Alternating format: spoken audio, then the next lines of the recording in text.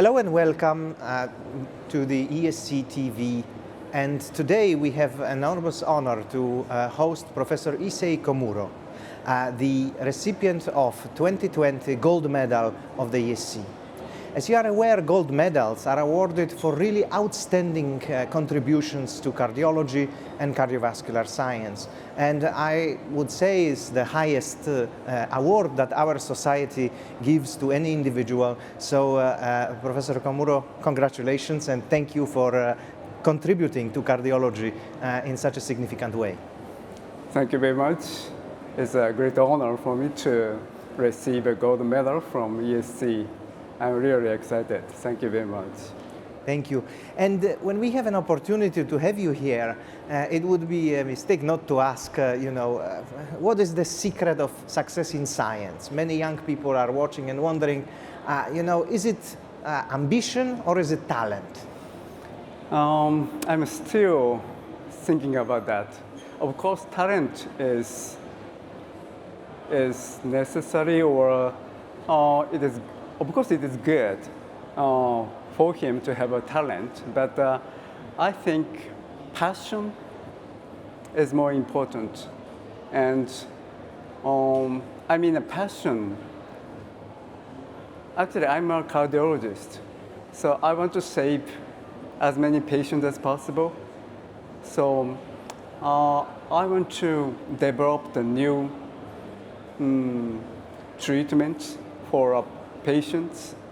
So I think this passion is more important. Can you tell us a little bit more about your story? How does cardiologists contribute so significantly to basic science? Some cardiologists say, basic science is not that interesting. It's, let's do clinical trials mainly or only, leave basic science away. How did you arrive to such important questions in basic science and such interesting and important tools that you developed? Yeah, as you mentioned, so we cardiologists can do many things: catheterization, echocardiography, or ablation, recent TAVI. So those clinical work it's very interesting.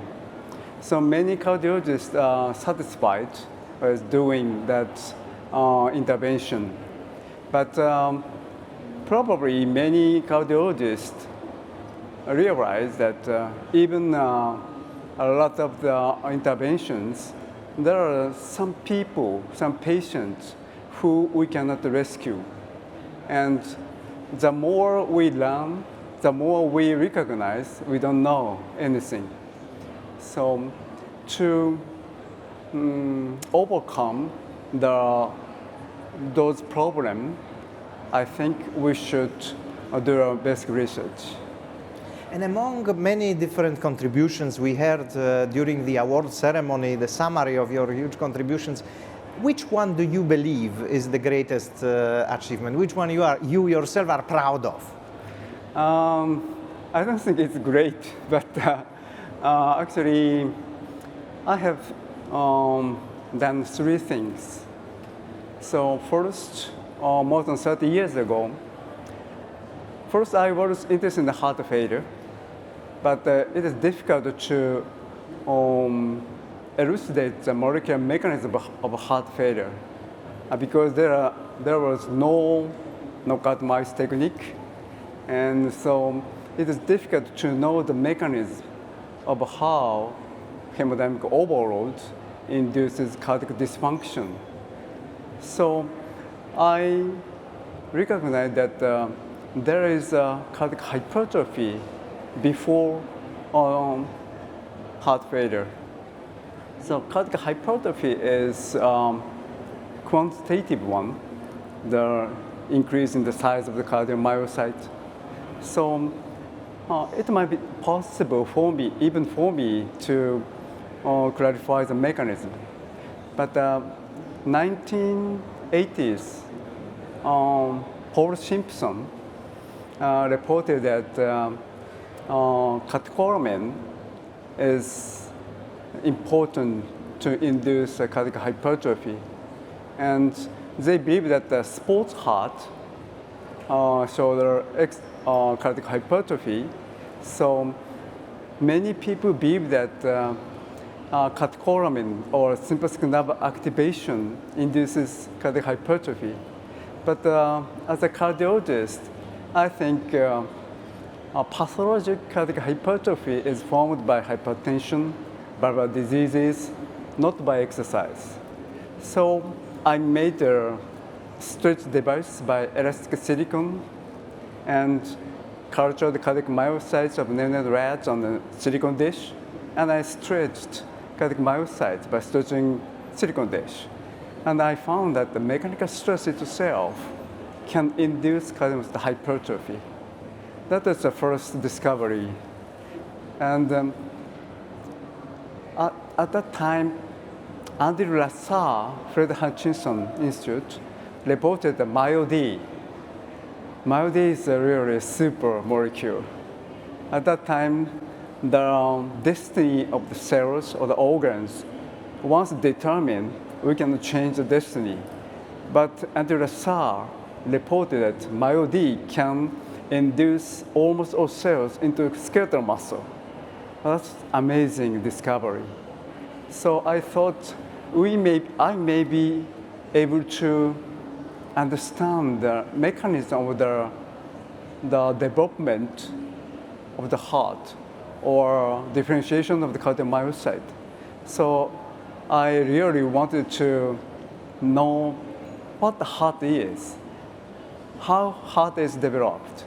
So I went to Boston, Harvard Medical School to learn cardiac development. And I isolated NKX 2.5, which is now a responsible gene for many congenital heart diseases.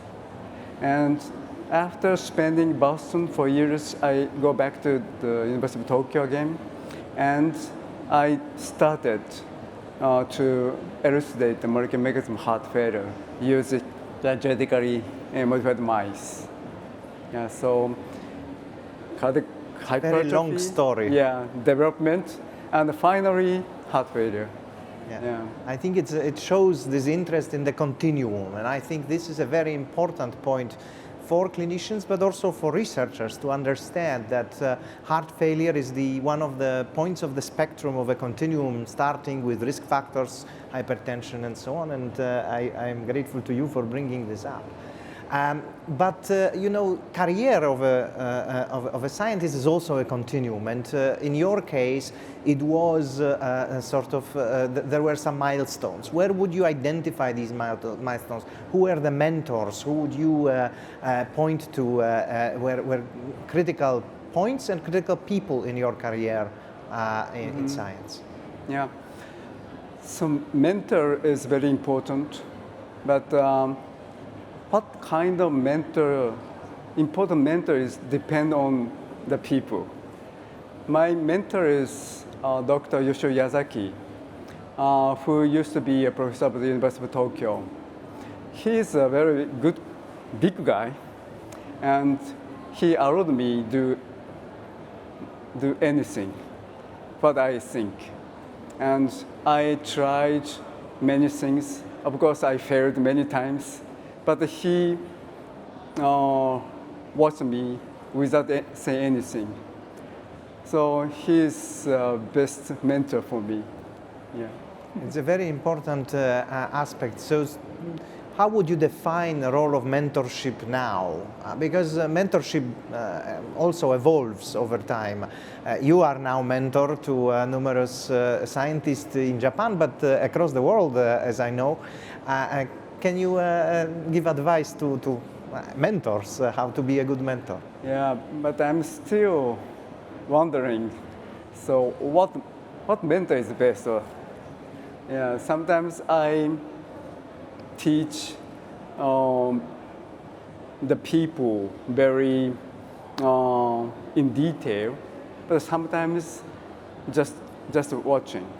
So I think first, we should discriminate the young people who think the good mentor not. So it depends on the young people. I think. It's a unique answer that mentor is actually observing its student and adjusts to their Sometimes needs. observing, Yes. sometimes saying, Yeah. yeah. I think it's important. Having you here, a person of a wide perspective for an outlook on cardiology worldwide, could you try to speculate which of the discoveries that basic science is working on now, we have different techniques, different approaches, is the most promising for delivering something for clinical cardiology? Yeah. So as I mentioned, genetically modified mice was very powerful to dissect the molecular mechanism, but in mice, not human. So to apply those information to human, we should do genomic or omics analysis, and we have to analyze the big information. You know, the cardiology, there are a lot of device modalities, EKG or echo or CT, MRI. There are a lot of the informations. So it was difficult to analyze those big data, but nowadays, the development computer on the AI enabled us to analyze and integrate with genomic omics data. So I think genomic analysis, omics analysis, and integration of the clinical big data So is very big data and sort of artificial intelligence is sort of a telescope that allows us to focus down on important things. I agree with you that this is really something very important. But during the presentation of your award yesterday in the movie, you mentioned that that for development of successful cardiology career, access to technology is important. Could you elaborate on this? Because I was curious about this statement in your recording. Which technologies you think at the moment are so essential and will revolutionize cardiology?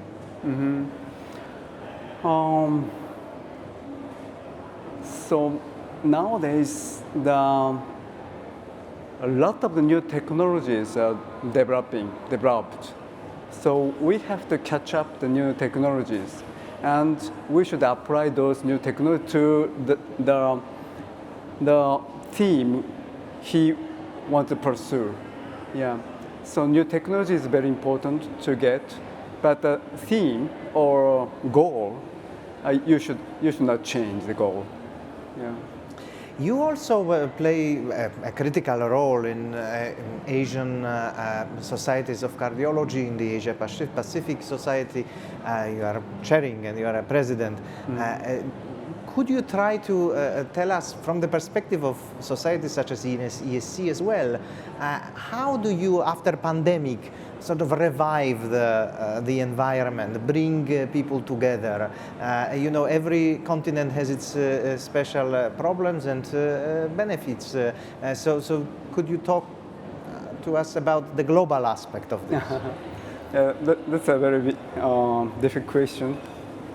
But, first of all, I would like to say that ESC is a role model of the cardiology society with many countries. So APSC consisting of the 22 countries, Asian and Pacific, and the level of their medicine is so different. So I want to raise the level of the clinical and also basic in Asia areas as a president of the APSC. And the COVID-19, of course, prevented us to gather face-to-face. But you know, a remote web conference is very convenient. So even in Asia, it takes more than several hours to come. But web conference is very easy, so we can often chat by web. So So I agree that current technology and having conference like this one, online and offline in real life, is enabling people who otherwise would have never been able to participate to join us, and probably that's equally or even more important in your society. Any plans, further plans of growth of the Asia Pacific Cardiac Society under your helm? the goals of APSC to become like a ESC. It's an honor for ESC to hear this, and we are very happy. I think it is maybe a good time to open the discussion to the floor. I don't know if anyone in the audience has any questions. If this is the case, there will be a microphone set up here, so please don't hesitate to ask the question. We have a question. Good afternoon. Thank you for a very inspiring interview.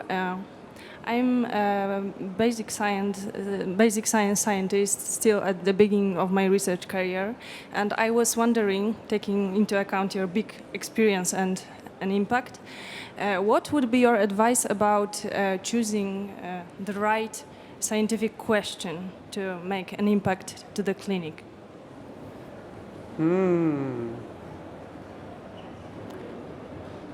Let's see. For me, I'm a cardiologist, so I'm doing a lot of clinical work, and I recognize which disease is most interesting or most difficult. But for you, you are not take care of the patients.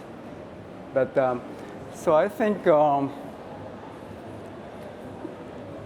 what you are most interested in is your team, is a theme. So nature itself is very interesting. So you should have a genuine interest in nature. And there are a lot of unknown things in cardiovascular field, heart. So vascular is also very, there are a lot of the things that are known, not known. So I think anything is fine. What you are interested in. Yeah. I understand developing passion. So we come back to the first question that you answered. Yeah? Your interest is very important. Yeah. Thank you very much. Thank you very much. Yeah. And returning to our previous conversation about the perspectives in cardiology in general, we've heard your opinion. But what about you personally? You know, you have received so many awards, you've made so many big discoveries. What is next for Professor Komuro? Where do you see yourself in 5 or 10 years? Yeah, I have been doing clinical and research works for more than 35 years, but still there are a lot of things that we don't know. And there are many patients who we cannot rescue. So there are a lot of things to do. As you said, the nature puts a lot of questions in front of our eyes. We just need to pick them and try to answer. Thank you very much. Once again, huge congratulations on receiving a gold medal from the European Society of Cardiology. And to all of our audience and viewers, thank you very much for joining. Thank you very much.